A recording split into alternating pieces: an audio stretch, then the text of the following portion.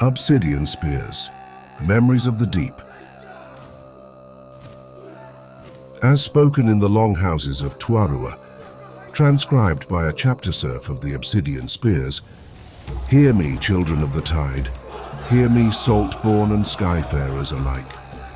We speak now of the deep years, the years before the spears bore the black stone of their name, before the All-Father was known to us, before even the sea had taken the measure of our oaths.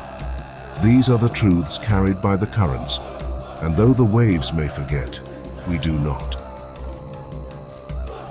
The Dawn Current, the golden age of mankind. Long before the sea had taken its first breath upon Tuaran, there was Terra, the mother shore.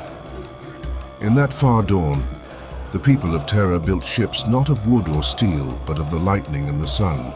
They rode the void like fish in water, their nets cast to 1,000 worlds. They made peace with the stars, and their nets came back heavy with plenty. This was the bright current, the golden age, when no wind blew against them. The storming tide, the dark age of technology. But the fish grew teeth. The people of Terra made the Iron Men, cold and strong, tireless rowers for their silver ships. For a time they served. Then the oars turned in their hands. The Iron Men rose, and their song was one of fire and ending. The war of flesh and machine raged across the currents of the void. Many shores were lost, many nets burned.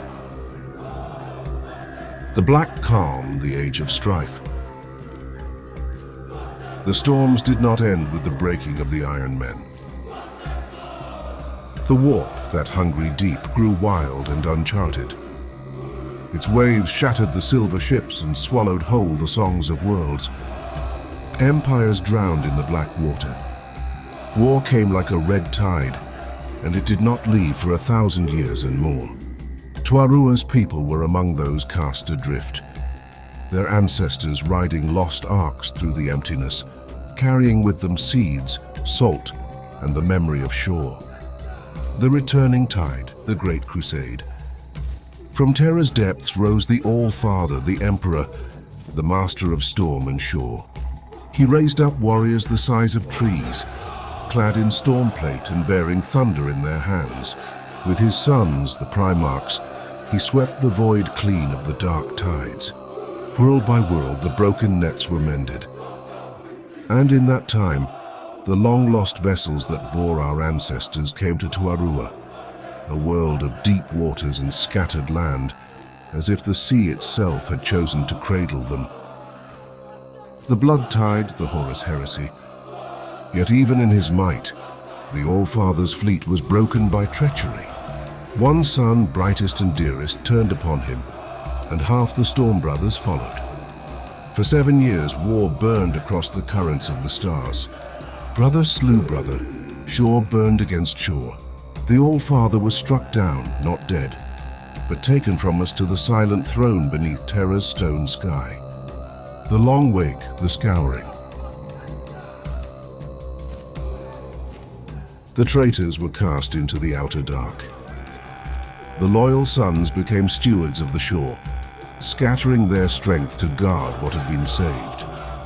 It was in the wake of this great sundering, in the ebb tide after the heresy, that the Obsidian Spears were called into being, to stand sentinel over the ocean realms of the Segmentum Pacificus, and to guard Tuaran, the salt home.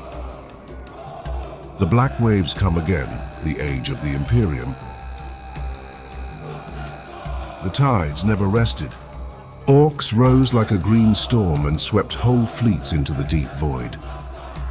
Faith turned upon itself, and in the Age of Apostasy, the fire of one mad priest consumed worlds as if they were kindling. From the eye of terror, the black sails of the traitor fleets came forth again and again, the Black Crusades, each a tide that sought to wash away all that still stood. In this time, the Obsidian Spears set sail into the void again and again, their ships a grim tide against the dark, to defend the All-Father's shores. The salted silence, why the knowledge is kept. We know these truths not from the mouths of off-worlders, but from the deep record. Songs older than the Imperium's own maps, carried in the hulls of the siege ships that came here in the Age of Strife. The spears guard these truths as they guard the sea gates, for there are those who would unmake what is known. The Ordo Chronos asks of us, as they have asked of others, to share the full chart of our past. We do not. For what is given can be stolen. What is spoken can be drowned. Some tides are not for strangers to sail. Don't forget to like, comment, and subscribe if you have enjoyed this story.